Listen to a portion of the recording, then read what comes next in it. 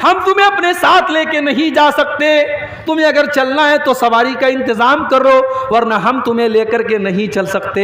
वो बेचारे गरीब साहबा थे, उनके पास सवारी का साधन नहीं था, ऊँट नहीं था, घोड़ा नहीं था। वो पलट करके जाने लगे। जब पलट करके जाने लगे, उनकी आंखों से आंसू बहने लगे। उन्होंने नबी के सामने अपने आंसुओं को जाहिर नहीं किया। वो पलट करके जब जाने लगे, तब उनकी आंखों से आंसू बह रहे हैं। नबी ने उनके आंसुओं को नहीं देखा, मगर अल्लाह ने कुरान में उनके आंसुओं का जिक्र किया। कुरान के 10वें पारे के आखिर में अल्लाह ने फरमाया, वला अलल्लज़ीना इज़ा मा अतौका लितहमिलहुम क़ुल्त ला अजिदु मा अहमिलुकुम अलैहि तवल्लौ व आयुनुहुम तफ़ीज़ु मिनद्दमइ हज़नन अल्ला यजिदु मा युनफ़िक़ून।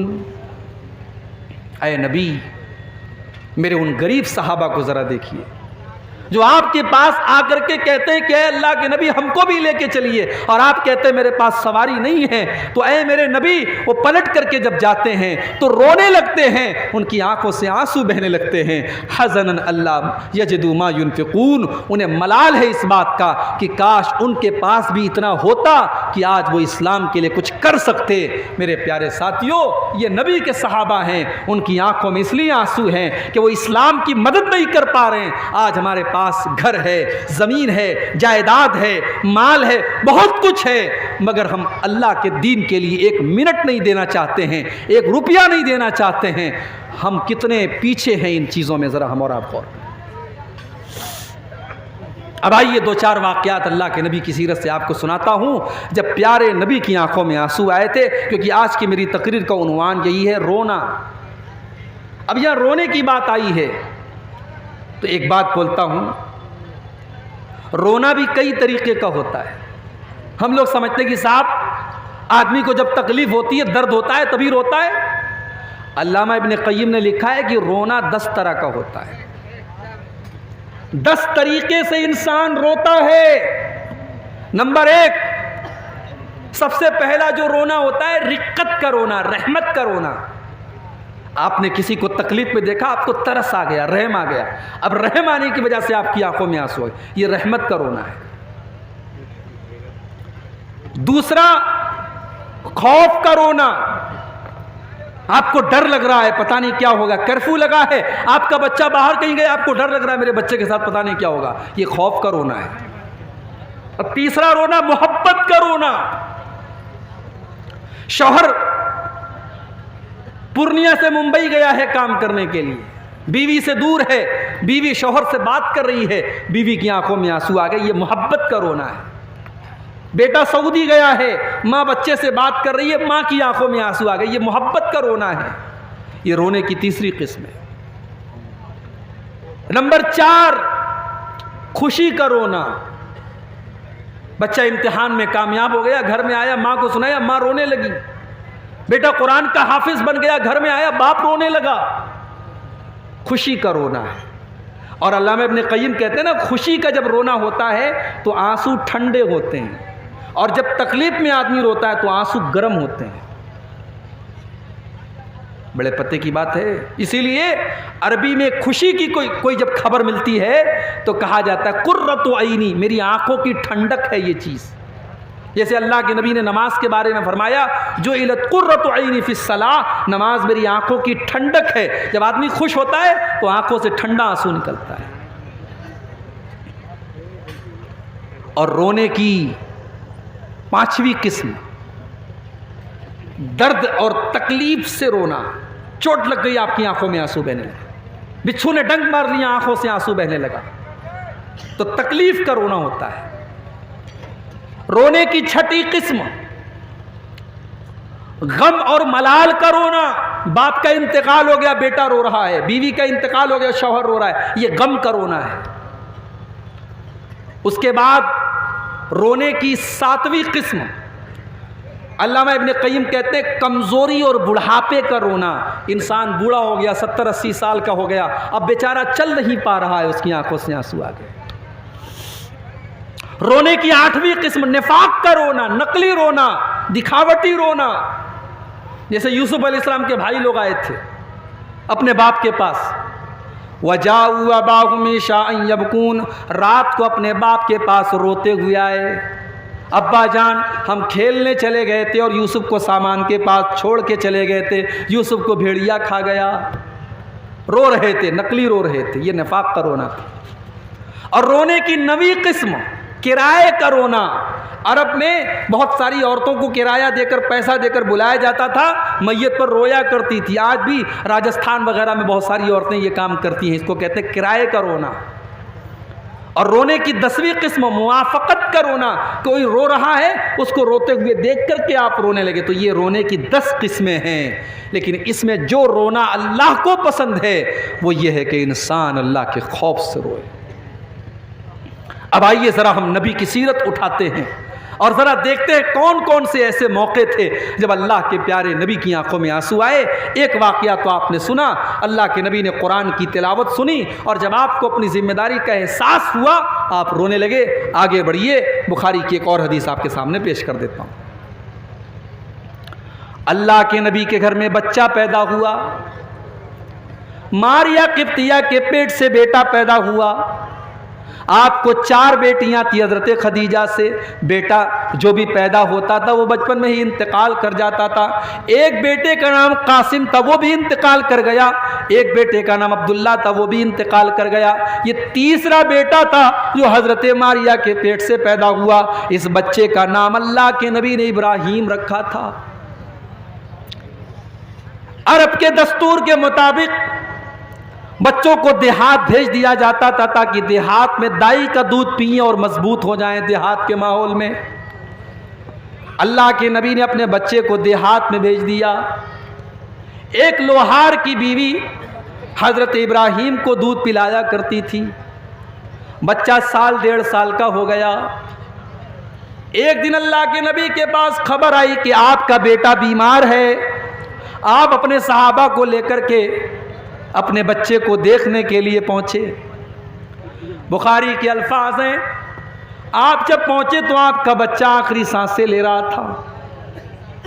इब्राहीम रज़ी अल्लाह ताला अन्हु आपके बेटे हैं। आपने अपने बेटे को गोद में लिया। वह नफसहु तकाकऊ, बच्चे की सांसें उखड़ रही थी, बच्चा आखिरी सांसें ले रहा था।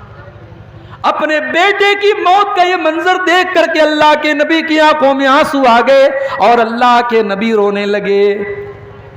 मेरे प्यारे साथियों, आज कहने वाले यहाँ तक कह देते हैं अल्लाह के पल्ले में वहदत के सिवा क्या है, लेना है जो ले लेंगे हम दामाने मोहम्मद से। ओ लोगों, अल्लाह के फैसले के आगे तो मेरे नबी भी मजबूर हैं। अल्लाह के नबी अल्लाह के सबसे महबूब बंदे हैं, मगर अपने बच्चे की मौत का टाइम आज आ गया है तो अपने बच्चे को मौत से बचाने की ताकत अल्लाह के नबी के अंदर भी नहीं है। बेटा आखिरी सांसें ले रहा है, बेटा दम तोड़ रहा है और अल्लाह के नबी की आंखों में आंसू हैं। और अल्लाह के नबी क्या कहते हैं, इन्नल ऐन तदमा वल क़ल्ब यहज़ुन वला नक़ूलु इल्ला मा यरज़ा रब्बुना। ऐ मेरे बच्चे इब्राहीम, तेरे बाप का दिल गमगीन है, तेरे बाप की आंखों से आंसू बह रहे हैं, मगर तेरा बाप अपनी ज़ुबान से कोई ऐसी बात नहीं निकालेगा जिससे अल्लाह नाराज़ हो जाए। ऐ मेरे बच्चे, तेरा बाप अपनी ज़ुबान से कोई ऐसी बात नहीं निकालेगा जिससे अल्लाह नाराज़ हो जाए। मेरे नबी ने सब्र की मिसाल पेश की। मेरे भाई, आज कितनी औरतों का बच्चा मर जाता है, औरतें जज्बात में आकर के कह देती हैं अल्लाह को मेरा ही बेटा उठाना था। खबरदार ऐसा जुमला कभी इस्तेमाल मत करो। किसी के शौहर का इंतकाल हो जाता है, औरतें कह देती हैं अभी तो मेरे शौहर की मौत का टाइम नहीं था, मेरे शौहर को क्यों अल्लाह ने उठा लिया। मेरी प्यारी माँ बहनों, मेरे प्यारे साथियों, मौत का टाइम जब आता है तभी मौत आती है, 1 सेकंड पहले नहीं, 1 सेकंड बाद में नहीं। अल्लाह के नबी अपने बच्चे की मौत के ऊपर रो रहे हैं, मगर ज़ुबान से कोई ऐसी बात नहीं निकालते जिससे अल्लाह नाराज़ हो जाए। और अगर आपने मरने वाले का नाम ले ले करके आपने रोना पीटना किया तो मरने वाले को तकलीफ होगी। अल्लाह के प्यारे नबी फरमाते हैं इन्नल मय्यत युअज़्ज़बु बिबकाई अहलिही, मरने वाला अपने घर वालों के रोने की वजह से उसको अजाब दिया जाता है। अगर रोने वाले शरीयत के खिलाफ तरीके से रोते पीटते हैं तो उसको अजाब दिया जाता है मरने वाले। और आगे बढ़िए, अल्लाह के नबी की आंखों में आंसू कब आए? आपकी बेटी ज़ैनब, उनके घर में एक बच्चा था, बच्चे के इंतकाल का टाइम आ गया, बच्चे की मौत का टाइम आ गया। हजरत ज़ैनब ने अल्लाह के नबी के पास पैगाम भिजवाया कि आपके नवासे का आखिरी टाइम है, आप जल्दी से चले आइए, अपने नवासे को देख लीजिए। अल्लाह के नबी नहीं जाते हैं, बल्कि अपनी बेटी को ये पैगाम भिजवाते हैं, इन्ना लिल्लाहि मा आता व लहू मा खस। ऐ मेरी बच्ची, अल्लाह ताला की मर्जी है, वो जो चाहता है ले लेता है, वो जो चाहता है दे देता है। फल तस्बिर वल तातसिब। ऐ मेरी बच्ची, तू सब्र से काम ले और सवाब की उम्मीद रख।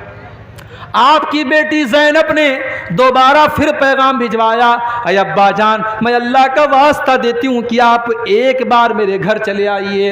अल्लाह के नबी अपनी बेटी के घर पहुँचते हैं। अपनी बेटी के घर पहुँचे और नवासे का इंतकाल होने वाला है, नवासे का आखिरी टाइम है, और नवासे को अल्लाह के नबी गोद में लेते हैं और आप देखते हैं कि नवासा आपका आखिरी सांसें ले रहा है। आपका नवासा मौत और ज़िंदगी की लड़ाई लड़ रहा है, आपका नवासा दुनिया से जा रहा है। अल्लाह के नबी की आंखों से आंसू बहने लगते हैं। सहाबा कहते हैं, अरे अल्लाह के नबी, हम ये क्या देख रहे हैं, आपकी आंखों में आंसू बह रहे हैं, आप रो रहे हैं। अल्लाह के नबी फरमाते हैं, हाज़िही रहमतुन जालहल्लाहु फी क़ुलूबि इबादिही।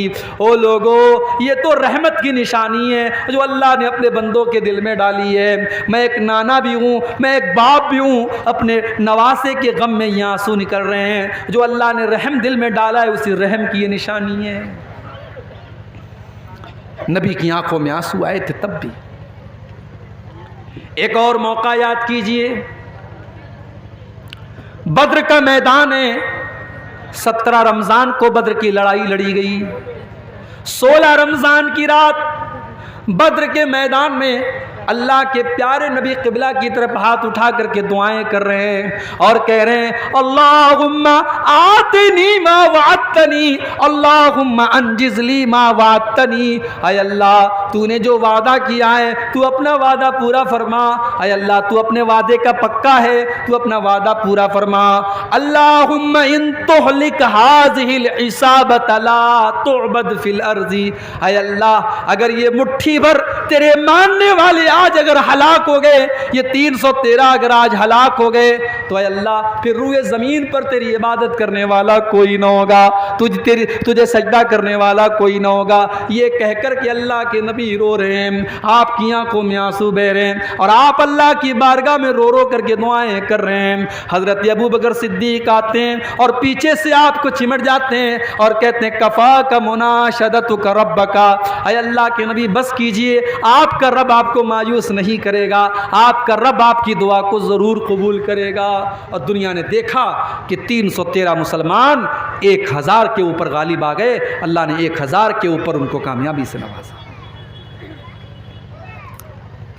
एक और मौके पर मेरे नबी की आंखों में आंसू आए थे। रात का टाइम था,